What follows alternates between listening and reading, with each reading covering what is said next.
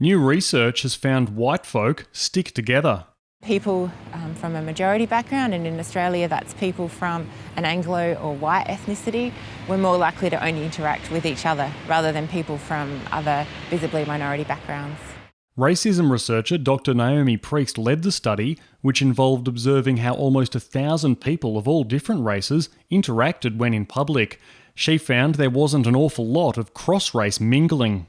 When there was interaction between people from minority and majority backgrounds, it tended to be quite fleeting and brief rather than a more ongoing interaction, say people actually sitting together and having a meal or doing an activity together. But she says the finding doesn't mean Australia's white majority is racist. It's possible that some of this exclusion that we're seeing here is people being afraid of other people, or perhaps feeling like that they don't belong or that they shouldn't be here, therefore they don't want to contact them.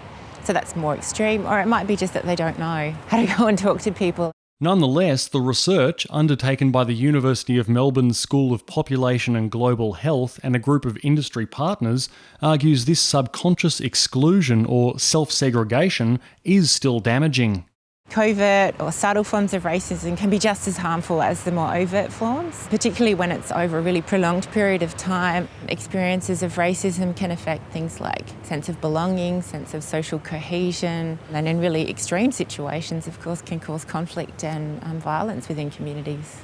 Dr. Priest hopes the study will help inform policies designed to fight racism and promote cultural diversity, and contribute to the ongoing debate about Section 18C of Australia's Racial Discrimination Act, which makes it unlawful to offend, insult, humiliate or intimidate somebody on the basis of race. Some are calling for that part of the Act to be abolished.